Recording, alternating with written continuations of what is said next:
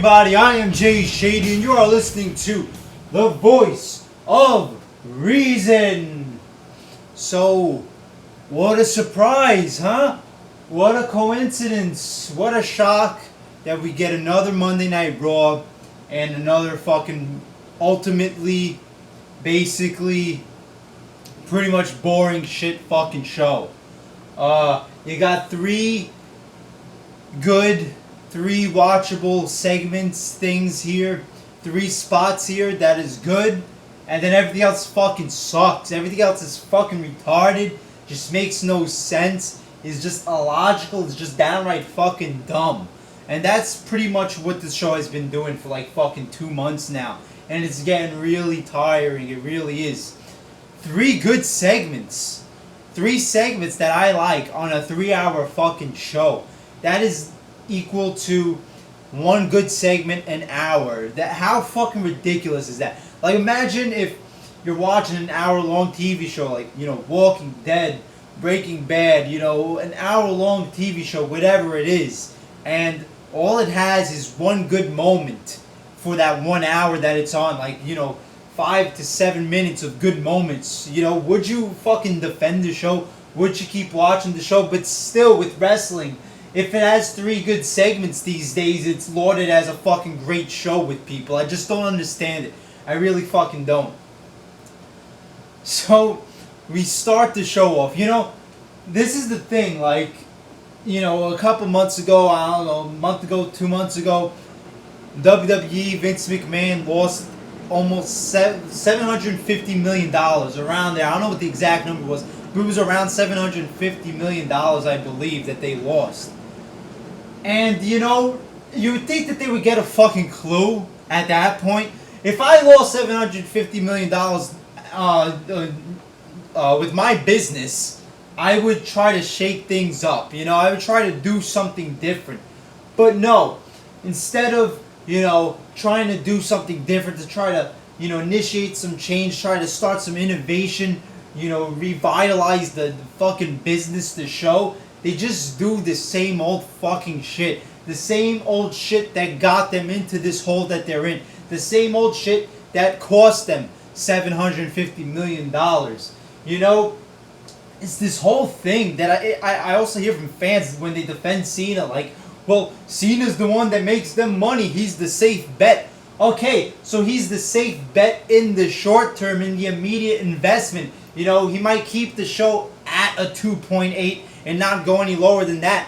But in the long run, doing that shit just loses them $750 million. So how could you defend this shit? How could you defend doing the safe, tired, mediocre formula, always coasting through, rather than taking chances? Sure, some chances might fail, but when they fail, you learn from it and you do great shit, you know? You can't be great if you don't take chances. This coasting through is the reason why they lost all this fucking money. It's the reason why they're in this hole. It's the reason why the fucking network has been a fail. And they aren't even fucking deviating from that fucking mindset, that business path.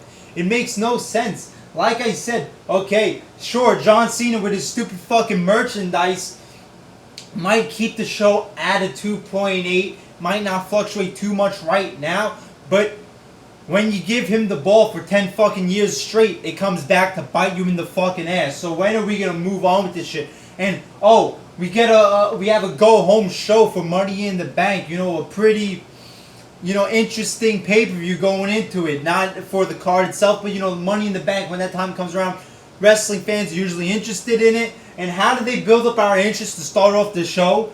How? With Stephanie McMahon and Vicky fucking Guerrero. This is how we start off the show going into Money in the Bank. Is this a fucking company run by fucking morons? By fucking chimpanzees or something? Because it just doesn't make sense. If you're trying to get eyeballs onto your product, you start with 2 people that aren't even fucking wrestlers. I mean, it just... What? Who decided this? I mean, good fucking God. Why does every show have to start with either Stephanie, Triple H, or sometimes John Cena? It is never, for the past like 5 fucking months, started with anybody different. than Stephanie, Triple H, and John Cena. Like, why? Why does that have to be the first spot every fucking week? And it's mostly Triple H or Stephanie. Why? I just don't get it. I really don't fucking get it, you know? And it's like, it's not like they don't have segments later on through the night. You know, the show's 3 fucking hours. Everybody says, oh, it's 3 hours. So everybody, you know, on the undercard is going to get a spot. They're going to build some big mid-card feuds. Well, how are you going to do that when you have a show be 3 hours, but you give like 5 segments to Triple H and Stephanie? That's not helping fucking anybody, you know? But yeah, we start off the show with Stephanie and Vicky. You know, and I was thinking, like, if I had showed a friend who gave up wrestling 10 years ago, hasn't watched it since, and they came over my house last night to watch the show, and it started, and they saw it start off with the promo between Vicky Guerrero and Stephanie McMahon, they'd be saying, what the fuck is this shit, you know? And, you know, rightfully so. You know, 10 years ago, you know, it might have started with, like, Brock Lesnar and Kurt Angle. Now it starts with Stephanie and Vicky Guerrero, and we're supposed to be all fucking up in arms and invested in this shit, you know? Stephanie is, like, threatening to fire Vicky, and they try to get some cheap pops, cheap interest by name-dropping Eddie Guerrero. You know, when the best part of your promo is the mention of a dead person's name, it's not a good fucking start. It's not a good promo. I don't care if people say, oh, it's great how they included Eddie in it. It made me invested. No! If you have to resort to that, how fucking great is it? You can't, like, build any, you know, investment other than cheap pops? You know, what is this shit? So, Stephanie says Vicky has a chance to keep her job. They'll have a match later on that night. The fuck is going on, man? Seriously, what the fuck is going on? Going to a fucking big pay-per-view, this is how you start off the show. And, you know, the commentators are selling it like it's this big fucking thing. It's this big fucking feud. Fuck you. Fuck everybody fucking included in this company that runs this shit. Then you get a couple of matches. You get one of the, it's like Harper versus an Uso, and then you get Rowan versus an Uso. Basically, one Wyatt guy wins, and then the other guy loses. So, one of the matches, the Wyatt guy wins. The other match, the Uso guy wins. Why can't you, for fucking once, just have a heel just go over? You know, it's always got to be either the face is dominant throughout, or whenever the heel does go over, they always have to go splitsies on everything. This whole fucking splitsies booking mentality is just so stupid. It's so dumb. Whenever the heel wins, you gotta make sure the face wins next. You know, you can never get consistent building up with the fucking heel. You always have to remind people, yeah, the heel won, but hey, guess what? The face is gonna win right now. You know? Why? Like, this is why people can't get invested in characters when everything is so tit for fucking tat. You know, there's nothing to build on. You know, it's just fucking retarded doing splitsies with everything with this heel fucking face shit. I'm hoping the Wyatts win the belts, but what the fuck was up with that theme song, man? Jesus fucking Christ. He's got the whole world in his hands, but played on like a hillbilly organ. I'm like, what the fuck is this? How is this a wrestling theme song? Like, alright, like, people might have liked it for one night, but could you imagine this tag team lasting for like a year and you have to listen to this fucking theme song every time they come out? Fucking what the fuck is happening? Everything about this show sucks. Then you get some filler bullshit. I can't even. Rusev at the White House talking about he hates. Lana talking about how America sucks. Who the fuck cares? You know, this whole fucking shit is stupid. It's boring. It's dumb. It's stuck in 1985, you know? This isn't fucking Back to the Future. We're not in the 80s right now. We're in 2014. You know, this patriotic shit just doesn't, you know, doesn't correlate to this day and age. You know, it's not like that anymore. You know, it's not the era of Hacksaw Jim Duggan and Sergeant Slaughter. It isn't.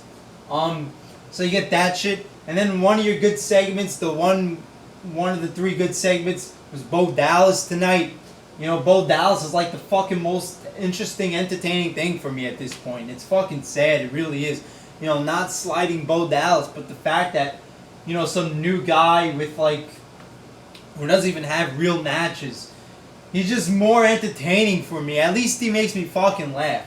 At least it's something different. And I know people like some people don't like this shit, but you just don't get it. If you don't like it, you just don't get it. It's funny. It really is funny, and it's not like the 2-year-old humor that Vince McMahon has funny. Puke, projectile vomit funny. This is actually funny. Bo Dallas, celebrating whenever he does one offensive move, and then at the end, when he goes to Titus and says, "Hey buddy, I'm 9 and Bo," and then Titus smacks the microphone away, and Bo goes and he says, "Silly me, Mr. Butterfingers." It's like legitimately funny, like where I'm actually laughing at the TV. And it's right. It's like it makes sense, this character. Because, this is the world we live in today. Where everything, society-wise, the people are so overly fucking positive. Everything is sunshine and rainbows and whoop-de-fucking-do. Everybody's so fucking happy. It's like Pleasure Town, And, there's no losers anymore in this world. Everybody's a winner. There's no second place. Everybody's tied for first place. Woo! Yay, let's all get along. That's the whole fucking society today. So the Bo Dallas thing is like a parody of that, and I love it. And I enjoy it a lot. Then you get Triple H coming out at the fucking 9 o'clock segment. Of course, whenever it's on the hour, it has to be Triple H or Stephanie. And he... releases the participants for the Money in the Bank briefcase match.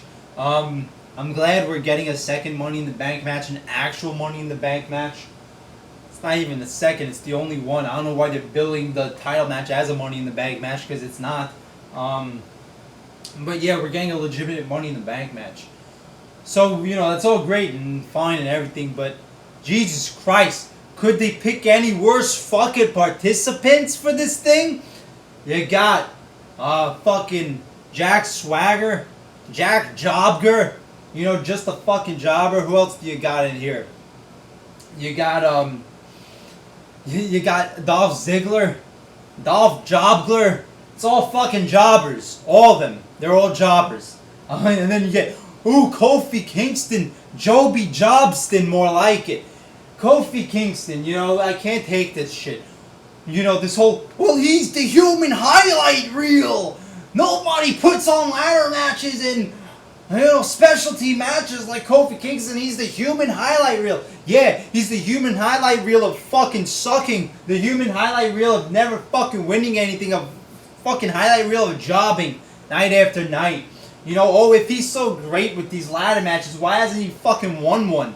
Why hasn't he won a Royal Rumble or one of these specialty matches where he shows off all his acrobatic skills? It's very fucking PG. It's not like Shelton Benjamin, where Shelton Benjamin would legitimately do some crazy fucking stunts. It's fucking PG. Kofi Kingston on stilts, using the ladders as stilts and using the chair to, hop into the ring like a bunny rabbit. It's like, am I watching Cirque du Soleil or something?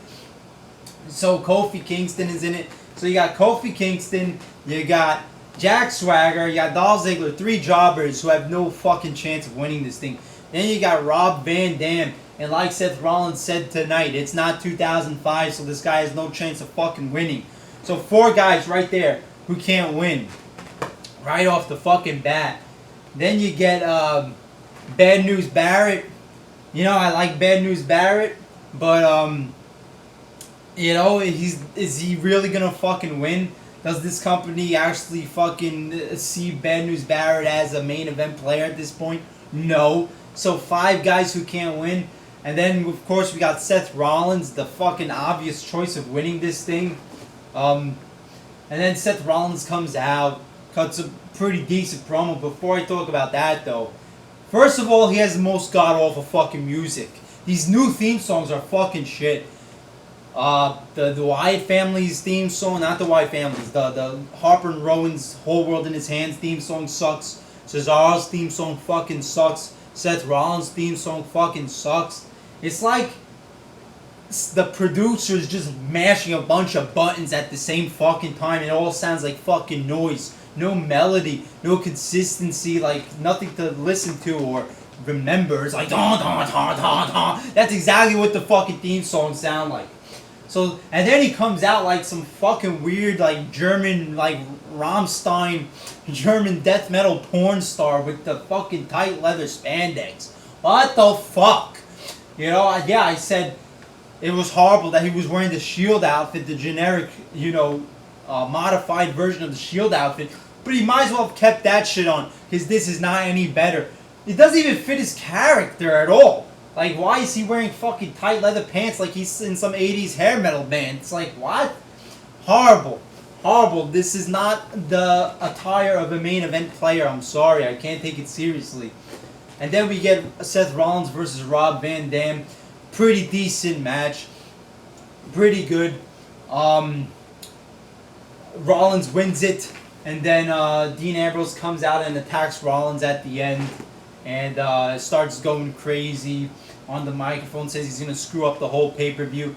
And this causes Seth Rollins to make Triple H put Dean Ambrose in the Money in the Bank match. This way he could keep his eye on him and Dean Ambrose won't be such a loose cannon. So, you have two people that could have any chance of winning this fucking match. How is this a good match? How? Seth Rollins or Dean Ambrose, and it's much more likely Seth Rollins is going to win. It's just so fucking obvious. Like, you might as well put fucking Zack Ryder, Heath Slater, fucking Adam Rose in this match. You know, it's the same fucking purpose. You're serving the same purpose, just a bunch of jobbers, you know? It's ridiculous. And we get a bunch of jobber shit throughout the night. We get a women's match with horrible fucking women's commentary. You know, Cameron like, oh, I'm gonna come over there and smack your face. And Paige's like, oh, well, Naomi's really good. Naomi's good competition. She's a threat to my title. Ooh, how fucking, spine-tingling is this shit? Wow, how fucking invested am I? Real good talking here. It's shocking. It's shocking how bad a show could be. Oh my god. Here we go. We get E Langston versus Abraham Lincoln. Damien Sandow dressed up as Abraham Lincoln. Of course it was a shitty match, but I have to talk about the promo. I don't think it's been a while since I talked about E Langston, like, in depth. But Jesus fucking Christ. What the fuck influenced this man to come out tonight and talk like that? Talk like a fucking buffoon. Talk like a straight up fucking mongoloid. He comes out after his match, gets on the microphone. At first I thought it was a joke. And he's talking like he's about to have an orgasm and a heart attack at the same fucking time. He's going, this is America, and we will always be the land of the brave, and we will never back down. It's like, what the fuck was this shit? How bad? How fucking bad is this man? How did this guy avoid the fucking job executions, the spray clean and sweep that WWE went on? The guy can't fucking talk. The guy has a dumbass fucking look. He looks like a buffoon. Like a big fucking roided up buffoon. He can't even walk properly. And the guy can't wrestle. He's just a fucking big joke is what he is. Along with Rusev. And this is just bad. It's like really bad to watch. It's like embarrassing when I was watching this shit. When I was watching this Big E promo, I was like embarrassed of who I am. I was embarrassed to be a human being. I kind of just wanted to go back in time and not even be born so I wouldn't have to watch this shit. Jesus Christ, one of the worst promos I've ever heard. This is the land of the brave and the home of the free. This whole fucking feud has to go. These fucking mongoloids, these two fucking Special Olympics participants, Big E and Rusev, week after week, waving the flag around like a fucking retard, I can't take this shit. What am I watching? Why do you have to wave a flag around like you're a fucking retard? Like, you're not all up there like you ride the short bus. It just doesn't make sense. It just doesn't make sense. I don't know who's worse at this point, Rusev or Big E. I'd probably put my money on Big E because he's been there longer and he has to fucking go. The last good thing on the show was Bad News Barrett versus Dolph Ziggler for the IC Championship. Even though it was predictable, did anybody think that Dolph Ziggler had a real chance of winning this but it was a good match nonetheless. Bad News Barrett wins, obviously. Then we get the whole Stephanie and Vicky thing. Vicky comes out to Eddie Guerrero's music, Viva la Raza. And, you know, I'm sure everybody gave a pop for this one. And, you know, rightfully so, great theme music. But it's not like it made the segment good, you know, that it made this whole storyline good. It's just like I heard the music, and then it just reminded me how good wrestling used to be. Like, when I would see that music, and Eddie would actually come out with his fucking lowrider. How much better wrestling used to be back in 04 and 05, you know? Yeah, those weren't the fucking glory years, but it was still much better than this shit. You know, so it just, when they do stuff like that, when they harken back to the past, it doesn't make me, like, you know, all inspired today. It just makes me realize how shitty the show has become. And then they decide to have this match. It's not a fucking wrestling match. It's like, there's like a raft, an inflatable pool of like fucking pudding or like yogurt or something. I don't know. It was like dark pudding. You know, they were billing it as it's this sewage, you know, these sewage liquids, and it smells disgusting, but it didn't look disgusting. It just looked like pudding or something. You know, it was like, what is with this shit? You know, last week we get the projectile vomit. This week, you know, fucking pudding match. It's like, what is going on? It's just so out of left fucking field. You know, this is like the bad part of Vince Russo booking this shit or something. What is this company doing? Vicky Guerrero loses because she gets tossed into the pudding. And she eventually tosses Stephanie into the pudding. Oh, yay! This is so fucking fun, this pudding! You know, it's like, oh, what the fuck, you know? You know, I'm not Bill Cosby. I don't care to see all this fucking pudding on the show. And, you know, this is just stupid. You know? Yeah, you know, okay, if you're gonna say, oh, well, you had these types of matches in the Ruthless Aggression and the Attitude Era. But back then it was sexy girls in their brawn panties, so at least you could fucking look at something and jack off to something. This is just fat fucking Vicky Guerrero and, you know, Mother Stephanie McMahon. You know, it's not sexy. They're fully dressed and, you know, rightfully so. I do not want to see Vicky Guerrero in brawn panties. But at least back then you got, you know, like Tori Wilson and Stacy Keibler doing this shit. So it was eye candy. This is just fucking dumb. So Vicky Guerrero gets fired. Alright, whatever. And then you got the main event segment, which I didn't even fucking take the time to watch. It was Bray Wyatt, Alberto Del Rio, Cesaro, and Orton versus Cena, Sheamus, and Roman Reigns. A 4-on-3 handicap match. But the thing is, it was a 4-on-3 match, handicap match, but it was a handicap match for the fucking heels. That's how it is at this point. 4-on-3 is not fair for the fucking heels. For the heels to have any fucking shot, it has to at least be 6-on-3. If it's 6-on-3, 6 heels versus 3 faces, maybe they could have a fighting chance, the heels. But 4-on-3 is a walk in the park for, you know, Team Cena and friends. And, you know, it's very fucking upsetting that Roman Reigns is just becoming a part of the Breakfast Club. It really is. It appears so. Everybody 2 weeks ago said, oh, it was a one-time thing John Cena joined the Shield. It was a one-time thing they were aligning. Then why, 2 weeks later, 2 other times after, has John Cena aligned himself with members of the Shield? Okay? So stop with that shit. That it's, you know, stop defending everything John Cena fucking does. Just stop it. Just stop defending everything about this company, man. You know, it's just ridiculous. Every fucking babyface has to be John Cena's butt buddy. They have to go running through, you know, the garden holding hands like fucking Teletubbies. You know, they did this shit with CM Punk and it was ridiculous. And now they're doing this shit with Roman Reigns. And last week, Dean Ambrose was helping out John Cena, I think. It's nuts. Why can't there be one fucking babyface that's like on his own, that does his own thing, that isn't this fucking overly goofy, you know, happy-go-lucky guy, you know? You never saw Stone Cold holding everybody's hand or The Rock back then. They did their own fucking thing. It's just ridiculous. It is. And a 4-on-3 match is just a handicap match in favor of the fucking faces. You know, that's sad. That really is. You could tell these heels had no fucking chance. No chance to win this match. I didn't watch. I fast forward through it. And of course, the face team wins. And then Kane comes out. Ooh, whoop-de-fucking-do. Kane is here. A guy that nobody fucking cares about. Can this guy just go away? You know, can he? He's like a fucking cockroach. Can he just go away for good?